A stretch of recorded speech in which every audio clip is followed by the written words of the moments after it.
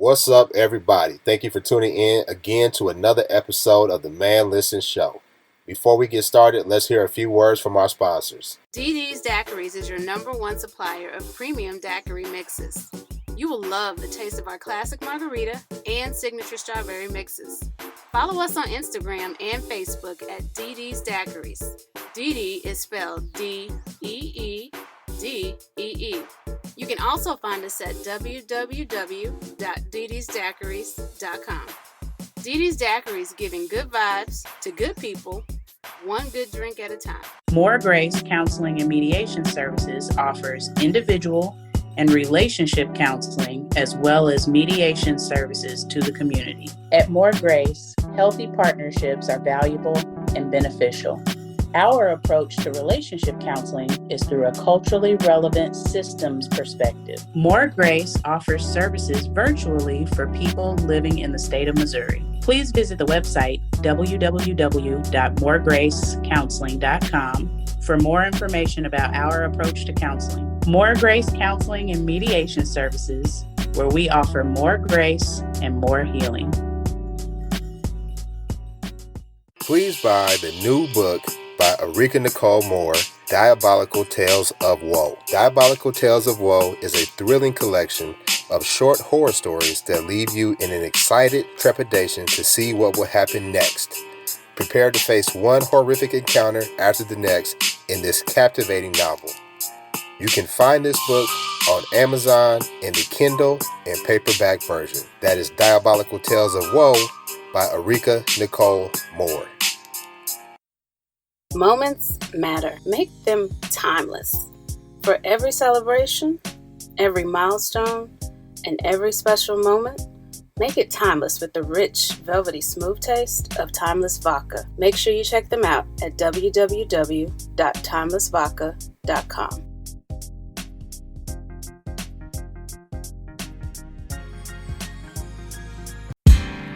I got to kick this thing off. Yeah. Can I kick it off? Yeah. 1, 2, 3, 4.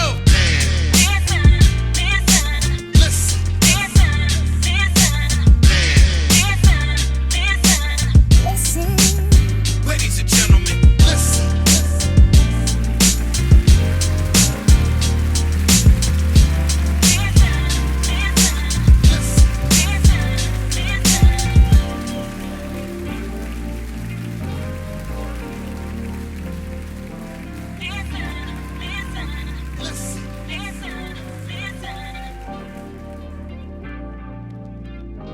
Conversate with Us Radio presents the Man Listen Show. We are the blackest radio show on the internet.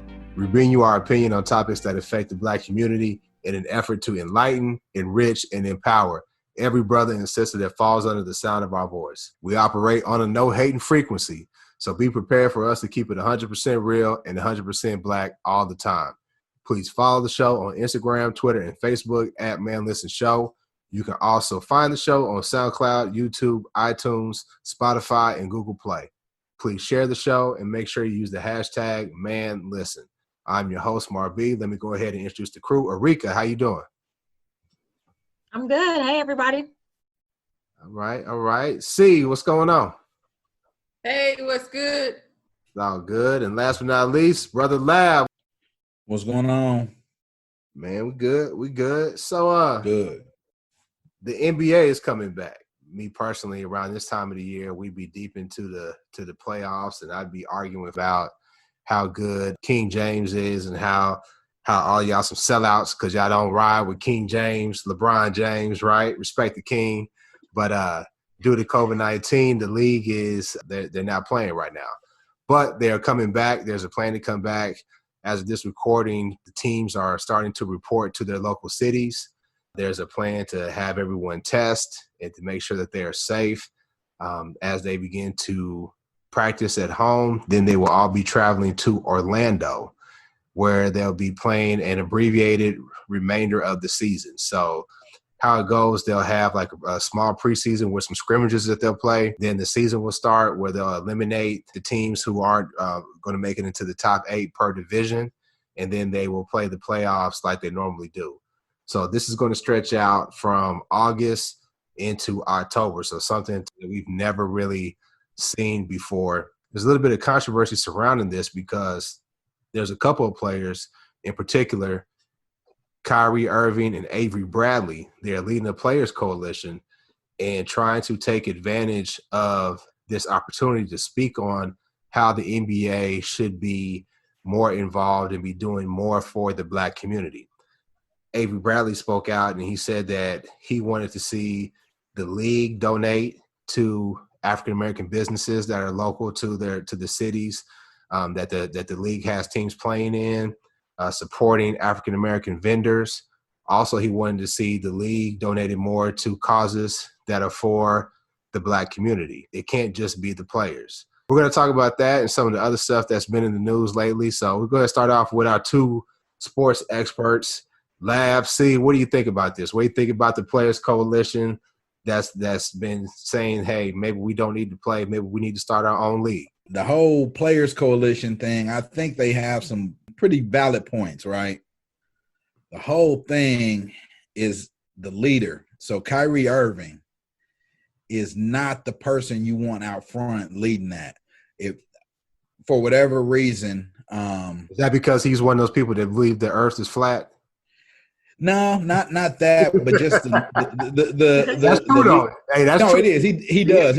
I mean, he likes to, which is good. He's inquisitive. He likes to question everything. He, just to think outside the box. It's just that his leadership skills for leading other men from every team he's been on have left a lot to be desired. So I think a lot of people were hesitant to jump behind Kyrie. And then Avery Bradley kind of fleshed out the thought a little more.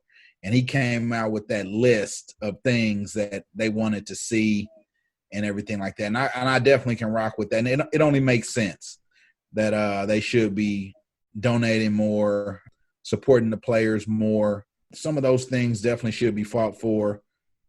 Bottom line, end goal, another league is definitely something. I don't think you can just stop right now in 2020 and say we're going to start another league. That logistically, that wouldn't make sense. So that's a goal to work towards. So maybe when Kyrie's done, he can pursue that, or even while he's still playing, pursue that. But I just didn't think he was the right person to lead it. And Kyrie's my favorite player in the NBA right now. I'm going to say that too. So it's not like I'm hating on Kyrie, but Kyrie, he was my favorite player after Kobe.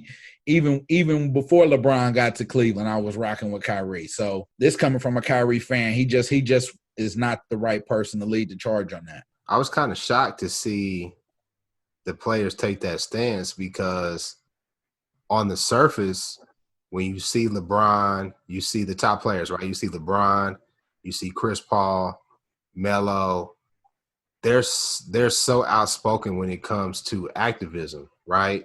And you saw when Eric Garner was killed by the police in New York and how they all wore the T-shirts, "I Can't Breathe," and how when the racist owners for the Clippers, Donald Sterling, when he made his comments, how they did their silent protest for that. So on the surface, it really looks as if the NBA was doing much more than the NFL. And I still maintain that they do. I still think that there's more equity for the players. And I think that the players are allowed to express themselves and the NBA respects that.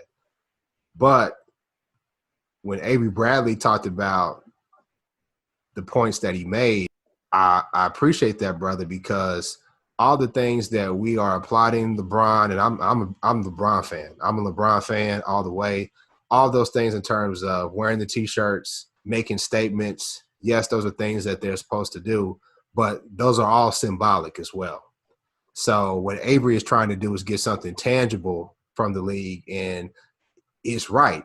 The league needs them.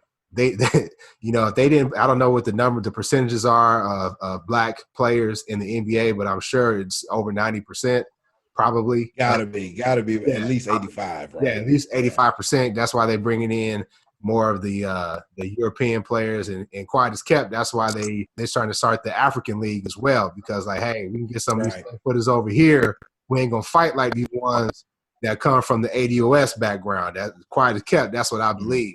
But I'm proud of Avery. I know that there's a lot of pushback for Kyrie, so hopefully Avery is that messenger that people will want to listen to the message from. So go ahead, C. No, you nailed it right there. I appreciate, everything LeBron stands up for, and I appreciate the T-shirts and things like that. But like you said, it's all surface level. None of them decided to stop playing. None of them protested. They all went out every night, and wore the shirts. So it raised awareness, but it didn't really bring about any change.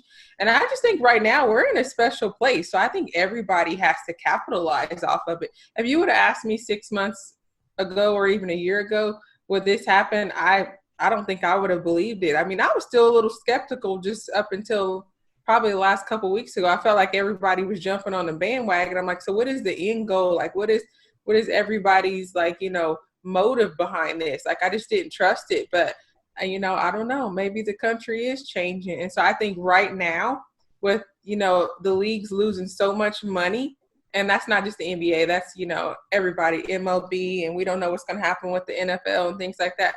I think with them being so frightened to lose any more money, I think right now, we hold all the cards. I think whatever Avery's doing, as long as, he has the right people on the side, I bet he'll be able to bring change. The only thing that, and I'm not trying to dump on LeBron, because I think LeBron has done all the right things. I'm a LeBron fan too, because he uses his influence in a responsible way. He is creating Black businesses, and most importantly, he has a Black wife with Black children, and he promotes the Black family 1,000%. And for that, I'll always rock with him.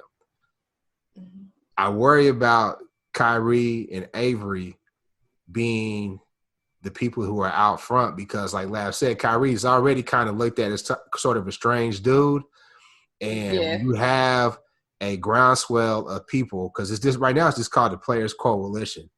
And when you have just like a small groundswell, it's easy for people to point them out and to target them and to ostracize them and minimize them, because quiet as kept, one of the coldest players that I ever saw in college basketball, Chris Jackson, who later changed his name to Mahmoud Rauf, he was cold-blooded. And he was Colin Kaepernick before Colin Kaepernick. And the league got rid of him. Yeah, they blackballed him. They brought him back, but it wasn't like it was when he was, at his peak. So I think the things that I liked on the list the most was that they wanted to see some changes in the front office and with management. Absolutely. I think that's going to have the most impact. The only thing I would question is how they plan to implement that, because you can't just go in and fire a bunch of people and then, put some ADOS in their place. So you could implement a plan that says when a position opens up, they have to choose from a certain pool of people to ensure that there's more diversity. So it's feasible, the plan is feasible, but they would have to really kind of word that and argue it appropriately. Because like you said, sometimes when you don't pitch the argument or the idea right the first time, people poke holes in the argument instead of the overall idea or point of what you're trying to accomplish. So they need to focus more on how they can get these changes implemented than necessarily what changes they want implemented. And you're right. There's been laws put into place. There's been different programs put into place by the government, but it comes down to how it's executed, right? So if you put in a plan that is supposed to make the people who are suffering whole, but you have people who are from the dominant society in control of those resources, they can just say, all right, no, you don't get it. But, my cousin who isn't Black, who isn't a minority, we'll find a loophole in how to give it to them. And we've seen that hustle play several times before. Right. I would like to see something. You're right. I would like to see them get more Black ADOS representation in the league offices, but it's got to have teeth. It can't be like the Rooney Rule in the NFL where it's like, we're going to interview so many Black candidates, but none ever get hired. And then you recycle all these white coaches who have proven that they're not really worth what they're getting. And you still got, Black coaches like Eric Bieniemy in Kansas City, still an assistant coach when he should have had a head coaching job. Exactly. That's the thing too is, you talked about earlier how you say NBA does more, but when you look at the hiring practices, like Seriously, they have this basically the same number of teams as the NFL, and they still have like the same number of head coaches that's black in a league that's overwhelmingly black, even more so than the NFL. They do have an owner though, and there are several high-profile people who are minority owners in a lot of NBA teams. So I think they would have the ability to make a change quicker. But we'll see. Like you said, it all comes down to action. But you got to be careful with that because a lot of times those minority, when I say minority, I'm talking about in terms of percent of ownership. Mm-hmm. Those minority owners is really more of a marketing scheme. You know what I mean? So like they'll say Jay-Z has part ownership in the Brooklyn Nets, right? So we saw hindsight 2020 that really what that did was open up the gentrification of that arena coming into Brooklyn, yeah, and how they're changing Brooklyn. Jay-Z was the face of that. Yes, your boy was the face of that. It was a learning experience. Okay. All right. I thought he was a businessman. But anyway. He is, but okay. I mean, well, he was. He made some great. Hey, he making moves a lot of other people not making. Can't make every correct move. He said he's a business. Okay. All right. I'm gonna let y'all make it because I know I'm outnumbered on that one. But anyway, but really though, it's more of a marketing scheme. So like when you see like different entertainers who like to say this is my alcohol, like this is my alcohol brand, or Venus and Serena were owners of the Dolphins. Usher was an owner of the Cleveland Cavaliers, right? Still is, and it's really more of a marketing scheme. There's really no power that goes with that ownership. Mm-hmm. You got 2-3% ownership. What are you doing? I don't even think they have that much. So no, because Jay actually had less than 1% of Brooklyn. Right. Less than 1%. And the way they marketed that, they made it seem like it was like a Rockefeller thing when he was like in the back office making deals, you know? Yeah. I know, bro. So that's what I thought. We got to be more savvy than that. And I'm glad that we are now, but it's just what's sad is we learned too late. So when you go to Brooklyn and you see how Brooklyn used to be and the soul that used to be in Brooklyn, and you see it, you hear how people talk about it now, it's like, dang, do we really have – and I don't think he did it out of ill intent. And I do think that Jay-Z does a lot of good things for the black community. Absolutely. Now, I'm a Nas fan, so I low-key kind of hate on him, but I still have to give props that I think Jay-Z and his wife Beyonce, they do a lot for the black community. So I don't want to come off as like, some hater like that. Right. But, no, yeah, they're not above reproach, as they say. No, not at all. Not at all. Because even then, this whole thing he did with the NFL and Roger Goodell and the Colin Kaepernick deal, folks kind of looked at him sideways on that. So I just think that I'm happy that we're starting to see the players take it to another level. I think we had that back in the day when you had the Bill Russells and the Jim Browns and the Kareem Abdul-Jabbars when they would come together and they would talk about using their influence for the black community. And I think LeBron and the rest of his crew, Chris Paul and them, I think they have good intentions as well. But I really want to give props to Avery Bradley for what he's trying to do. So definitely, and I'm hoping that this is a renaissance for your boy MJ, man, because he could really, really impact stuff as the only brother in the ownership room, as one of the only ex-players that has majority stake in a team. And he carries so much weight throughout the league. Michael has a chance. I think he's kind of coming around, honestly. I think he kind of looks back and says, man, I could have done more.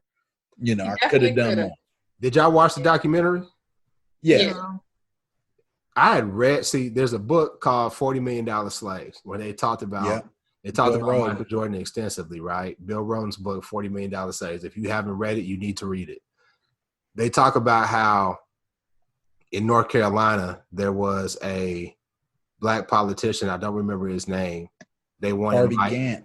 Was it Harvey Gantt? They wanted Mike to throw his name, sort of to endorse this guy, right? To try to get him in the office.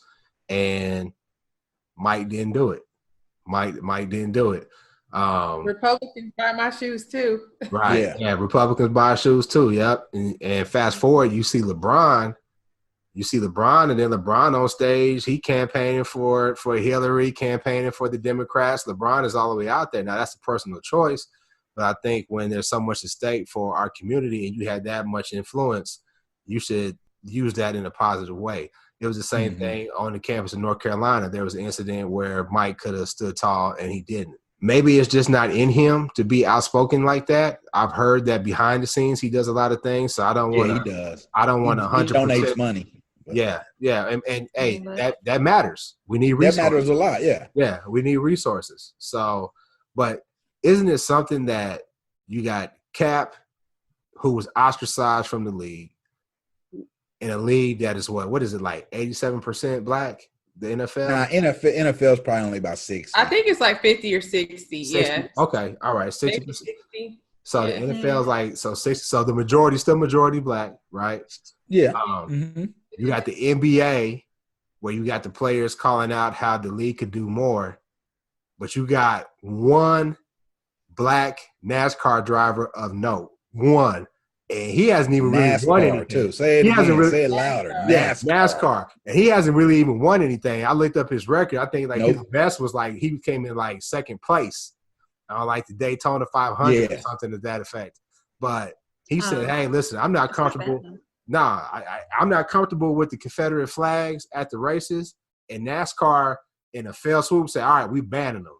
Ain't no more Confederate flags on the premises." Now, how they are going to enforce that? That's going to be another story. I want to see how that plays out because I'm in Dallas, so I drive by the Dallas Motor Speedway all the time. So we'll definitely be able to see if they're serious about it. But how funny is that NASCAR, something that we all consider sort of a white racist kind of redneck organization, that they made changes that these other leagues fought tooth and nail against. So we thought. Yeah. Well, it's not exactly the same, but I got you. What you mean? Because they wasn't flying Confederate flags at NFL games and flying Confederate flags in the NBA arenas. So but they're not banned, though. The flag is something that's it's again it's a good show, but I don't need the flag to show progress per se, because that's something that never should have been there anyway. Okay, so that's people. You're right. That is the apples and oranges comparison. But how it does correspond is they listen to one of their athletes. I guess we can call it a driver and an athlete. They listen to one of their drivers. They listen to one. No, they're not athletes. They're athletes. That's an athlete. No athletic ability to drive fast. You got to be in that car for 5 hours. The takes skill. The level of concentration it takes to do that. Yes. Can everybody do that? That's skill. It's not athletic ability. It takes skill to win thousands of dollars playing a video game. It doesn't take an athlete to do it. That's the difference. I think it definitely takes a skillful person to do it. Everybody can't do it, or else everybody would. I don't think you need to be an athlete to do it, though. You do. You have to have the physical stamina.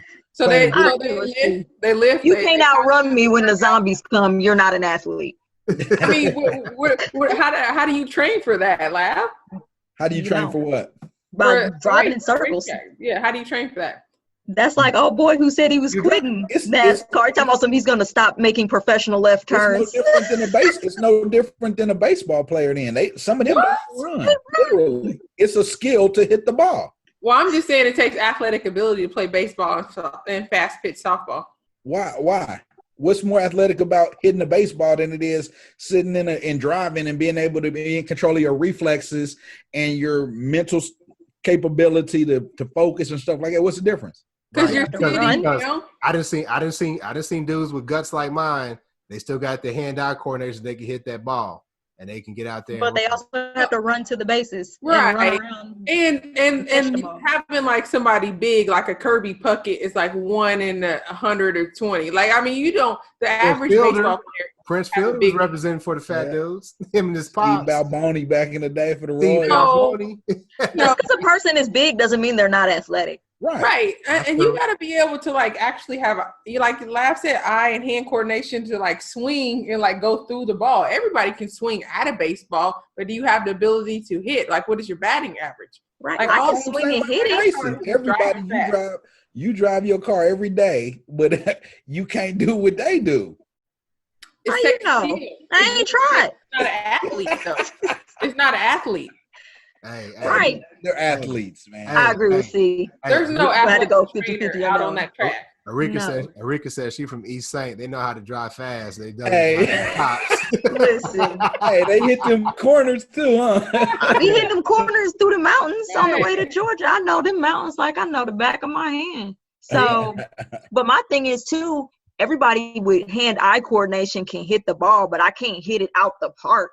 That takes athleticism, that takes upper body strength, that takes skill. So I can do this with my steering wheel. Everybody, you have to pull your arm. I can turn the wheel this way and that way. I mean, without working out. Have y'all ever driven a race car? Like a real deal race car? No. It is way harder than you think. I know. Driving 200 miles per hour. I still agree that it's a skill. And driving it doesn't 200 take miles per athleticism. hour with other vehicles surrounding you going in the way of the track, the elevation of the track, it ain't easy. But let's get back on topic. All right.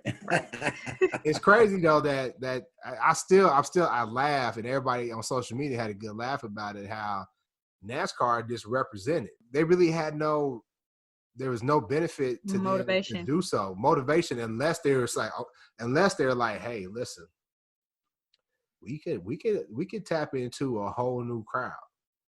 And real talk, I thought about like, man, maybe I need to go to a race. Right. Yeah, right, a speedway right. up there at Legends. Because listen, like for real, that's the only reason why I've never went. I wanted to go with my son, or I wanted to go with the crew, and I've had plenty of opportunities, but like I'm like, man, I don't want to spend a weekend around a bunch of Confederate flags and Trump supporters. I just don't want to do that. But now, and potential problems. Right. And so, maybe NASCAR is they have much more foresight than the other ones, because we all know that demographic is dying off. Them older white men, they dying off. They getting hit with COVID too. And the reality is, you're gonna tap into the blacks, and you're gonna tap into the Hispanics who are a growing population. Hey, we need to get into this money. So maybe that's what they was thinking, They did say though, and I guess they tried to ban the flag in 2015, after the Charleston massacre. Yeah, because he had Confederate flags all on him, and they wanted to dissociate themselves from that back then, and they said it, but they weren't enforcing it. So this gave them another opportunity to go back to the drawing board and just say, okay, we're just gonna ban it all together. Instead of discouraging it, we're just gonna ban it. And that was good. You still can't take that away from them. They did take that action. Yeah. I just want to say, Marv said that population is out here protesting wearing masks. So now they got the COVID. They need to replace them. Hey. They are the main ones protesting having to wear the mask. Listen. Oh, they are. They got guns. They open up America. I need my hair done. Right. Yeah. They definitely was, right. They was like, and they was out with guns, and this is slavery. This is slavery. So we're oppressed. Yeah. Because, it's get my hair done for 30 days. Right. I don't know, man. It's just some of this, like the Confederate flag deal. Like I look back on it, man, and it really should have never been as prominent as it was. But man, just think about like on Dukes of Hazzard, man. I think that's the blame. Nah, I wouldn't say that, because they were rocking it way before then. It was before that. Yeah, it was before that. Yeah. Well, aren't they the ones that like kind of glorified it, meaning like rebel, like not listening to rules? Didn't that come from Dukes? I think they kind of. No, I don't even think they really even had like any type of. They didn't even try to explain it. It was just. Yeah, it was just on the car. It was just on the car. It was just the Robert E. Lee. On the General Lee. Yeah. They ran from the police every day. Yeah, it was just on the General Lee, and I don't know. Our parents weren't savvy enough, because I remember asking my mom, like, "Why you let me watch this crap?" You know, like looking back on it, I was like, I used to love it because Yeah. Bo and Luke Duke jumped the hell out that car, you know, and yeah, that was my favorite show on Fridays. But looking back on it, every episode. Man, I had a Dukes of Hazzard big wheel. That's a picture of me around here somewhere with a Dukes of Hazzard big wheel. And now you're starting to see, what are you starting to see? You're starting to see these Confederate statues come down. Did y'all see the dude who was at the school board meeting? I believe it was in Louisville? Baton Rouge. It was in Baton Rouge. The dude that was at the school board meeting in Baton Rouge, and he called out Connie for shopping while they was talking about this. They were the school after he said, "I'm talking about you, Connie." Connie. Man, that was hilarious. That was. That's it. But she got mad and walked out. Yeah. But that's what we need though.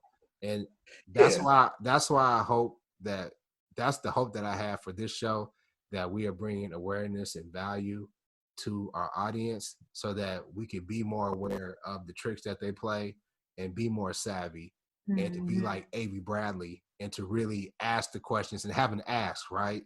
Because C talked about it at the beginning of the show. She said, all of this momentum is going on. What's going to happen with it? You have to have an ask. Yeah. What's your ask? Yeah. And I think Avery did it well. He said, hey, listen, we need ownership. Yeah. We need more representation in the executive position. All that goes to what we talk about in terms of closing the wealth gap. And that's how we're going to improve our position so that we can do better as a community, in my personal opinion.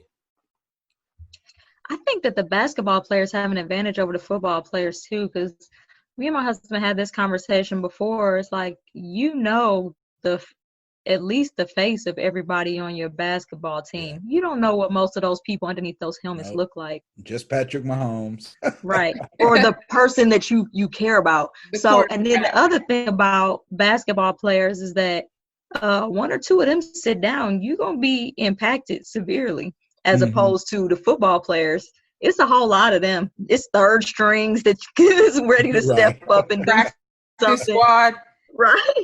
Yeah. So I think that the basketball players have a little bit more opportunity to influence change than the football players do. But like you said, a lot of the stuff that they've been doing has been surface, wearing T-shirts and stuff. So hopefully maybe Avery and Kyrie are at least going to start a new trend. Maybe they're not the people to lead the way, but at least they've sparked the conversation. Right. Yeah, so I think we just have to support them. I'm personally for the NBA coming back. It's my favorite sport, but I also would be 1,000% behind those brothers starting their own league. LeBron may be one of the first players that maybe become a billionaire. Is Mike a billionaire? Oh, I'm sure Mike has to be. I don't know. I would probably because of the shoes. With the shoes. Yeah, because of the shoes. Yeah, but got to be the shoes. Right? Got to be the shoes.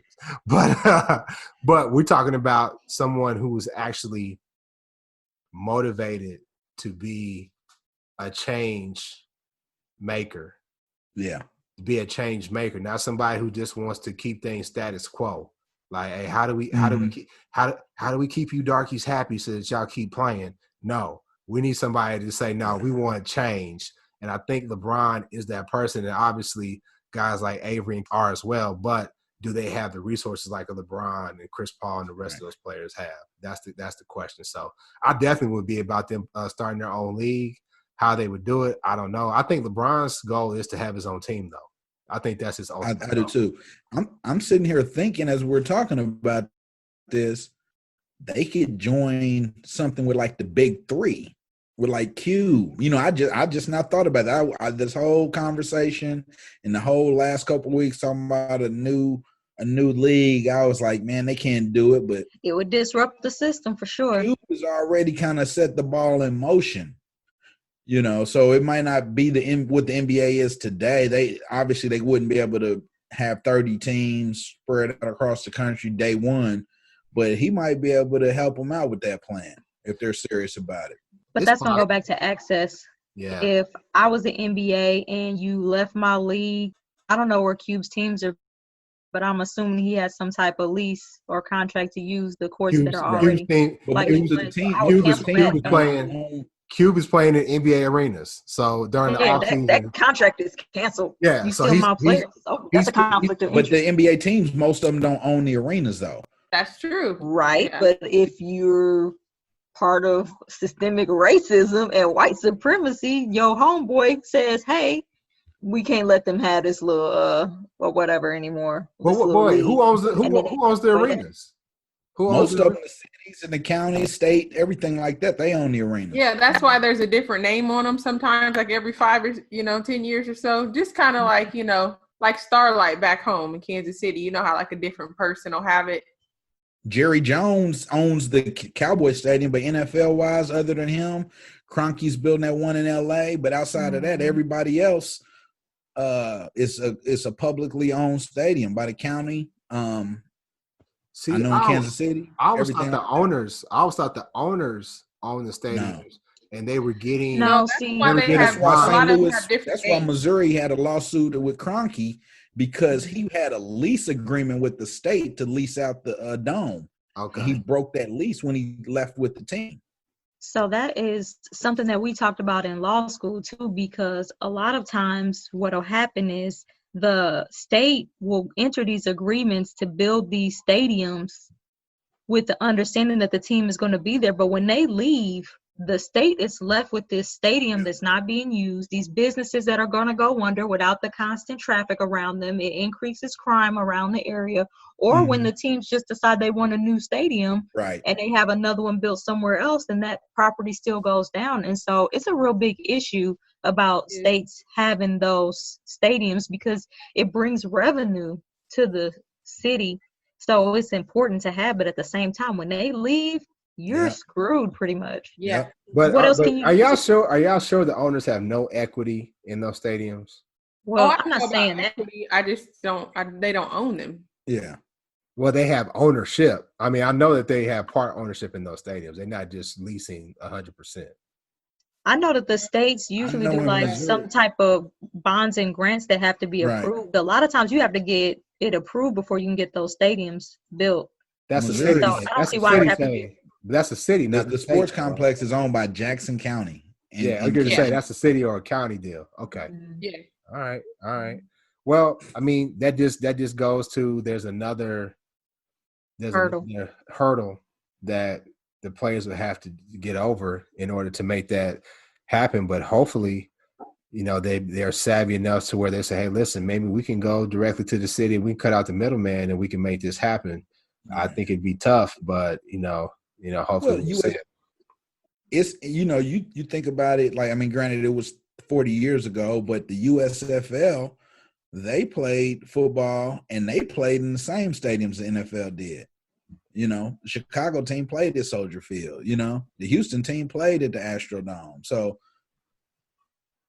yeah, but that's still the USFL, they weren't really competition though.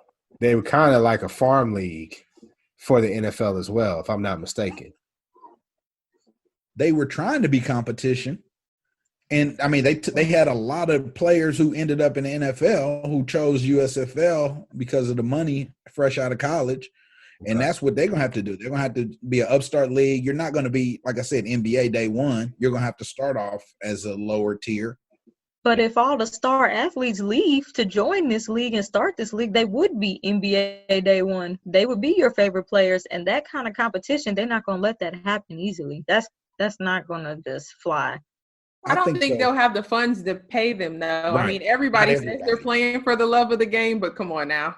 Yeah, somebody's going to say, if the NBA could pay me $10 million, I can only get $3 million over here. I'm going to take the 10. Right, they're going to take it. Especially, us, especially Black people. Plus endorsements. That wealth gap. We're going to jump on it. And that's why it was always, when people talk about like the LeBrons always taking the max deal, that's why they always said it was important for LeBron to do that. Yeah. So the other players could get their money. So the other players would get their money. So when Tom Brady, because he had Giselle's money, right? When Tom Brady was taking those deals for the Patriots and not saying, okay, I'm gonna do what's right for the team and take less money, how is somebody who doesn't have 5 rings gonna say, hey, pay me my money? And they're like, no, so you're not about the team. Look at Tom Brady.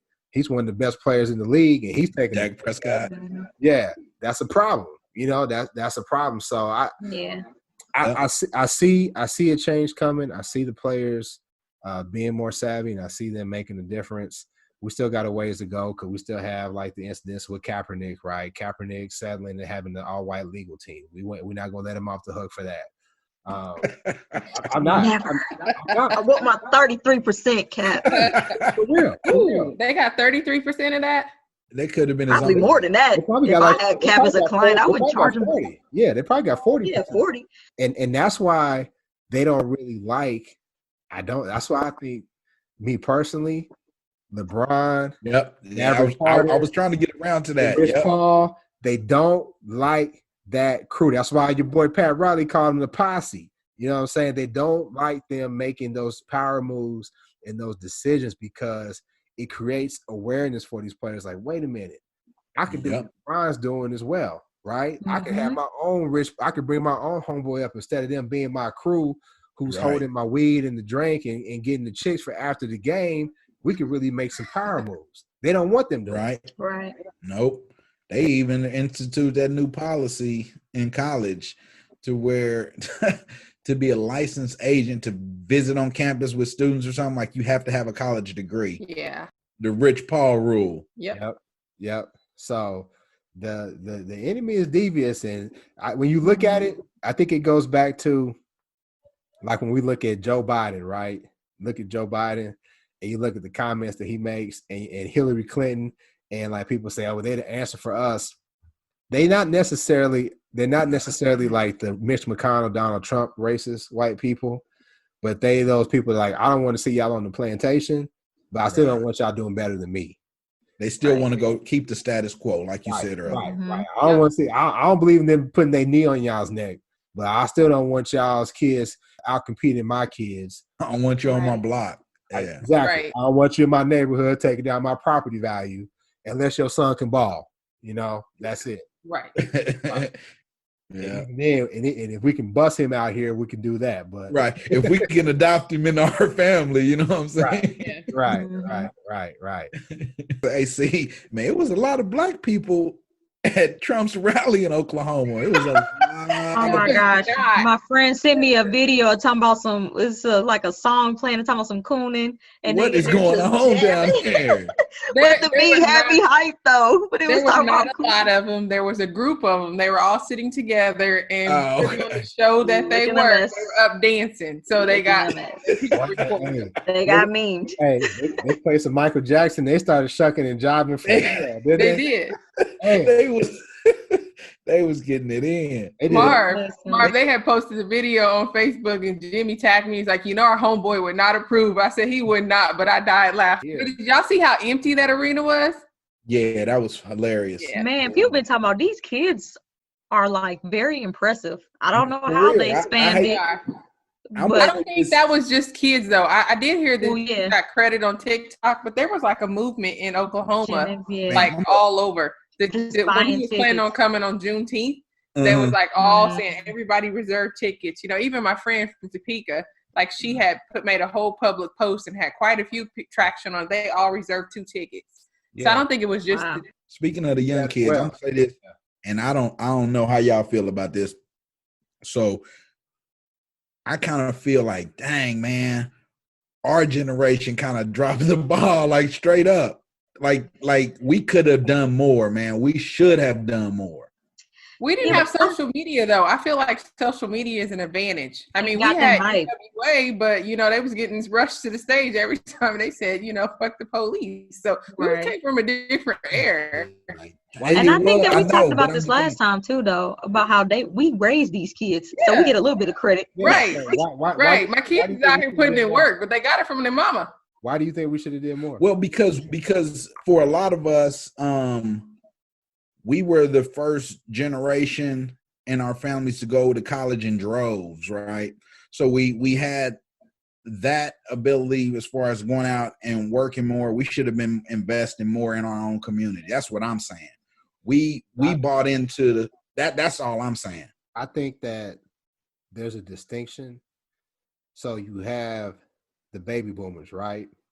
I have aunts and uncles who are baby boomers, And I really think, though, when you talk about black people that vote for Trump, it's those baby boomers who have, who are the millionaires and the highly successful. They're the ones who vote for Trump. Now, there's some other sellouts in our generation that have voted for him too, but I think a lot of them, they're more tied into like what he can bring to them financially. And then you have our generation, the Gen X. Well, I don't think Erika falls in there. Erika kind of young, but for me, Lav and C. She's a millennial. She was born in the 80s. I think Erika. What year was you born? I'm not a Gen. No. 81. That's a millennial. That's when the millennial started. Was 81. Yeah, she's a millennial. Yeah, I think you're millennial. No. But the point I was making, to last point, was more of the individualistic. I'm going for mine, and I'm going to just look out for self. But we fall into the generation that doesn't really fit with the Gen Xers, and we don't fit with the millennials either. They call it Zennials. I think it starts from like 76 to like 82. Because you're not a millennial. Yeah. Not really, really like a strong Gen Xer. So yeah. You're kind of in the middle. That makes sense. You're kind of in the middle, and that's where we fall. And that savviness and that awareness that we brought to our children now is coming to bear because we educated them, right? Because our parents made sure that we got an education, that we were successful, but they didn't educate us on financial literacy. Not by far they didn't. Not by far they didn't, right? They didn't really educate us 1,000% on political advocacy, even though they said, listen, you go and use your power to vote, but they didn't say, okay, this is why local elections are important. All the stuff that we know now, we're able to we pass talk about on. presidential elections. We're able to pass that on to our children. So, and just think about all the stuff that we were able to, where I'm going to tell the story, but then we're going to end the show. Do you know where Lav and I learned about the Tulsa race riot? Do you know where we learned about Black Wall Street? We learned about it at an IHOP. At 2 o'clock like 2 in the morning, man. This old dude just came up to us and said, hey, man, y'all ever heard He was eating by himself. Yeah. He said, y'all ever heard of Black Wall Street? And he just dropped knowledge on us. We was like, what? Like, seriously? He was like, yes.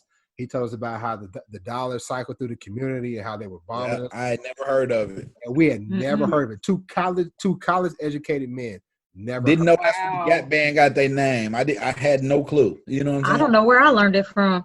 Right.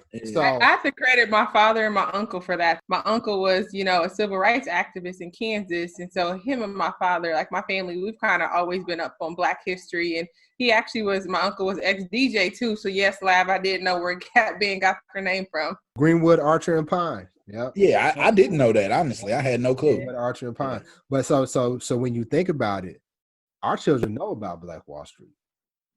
Our children know the importance of voting. Our children know the importance of wealth building. So each generation is doing better. So I'm gonna push back on you a little bit, brother, and say that we did do our part. Now these young folks are taking it above and beyond because they out there tearing stuff up. They out there tearing it up. Literally and figuratively. Did y'all see the skateboard march where they was all on skateboards and scooters and stuff? That must have been California. Yeah. My daughter just got a penny board, whatever that is, for her birthday. They out here on skateboards and scooters too. It was like thousands. These kids are different. It was like 1,000 of them doing the march. They was rolling, literally rolling. Yeah, that's cool. Well, all right. I think we talked about enough. We'll go ahead and end the show. Make sure you follow us on social media on Facebook, Twitter, and Instagram at Man Listen Show. You can also subscribe to the show on SoundCloud, YouTube, iTunes, Spotify, Google Play, basically everywhere you find your podcast. We'll holler at you next time. Peace. Peace.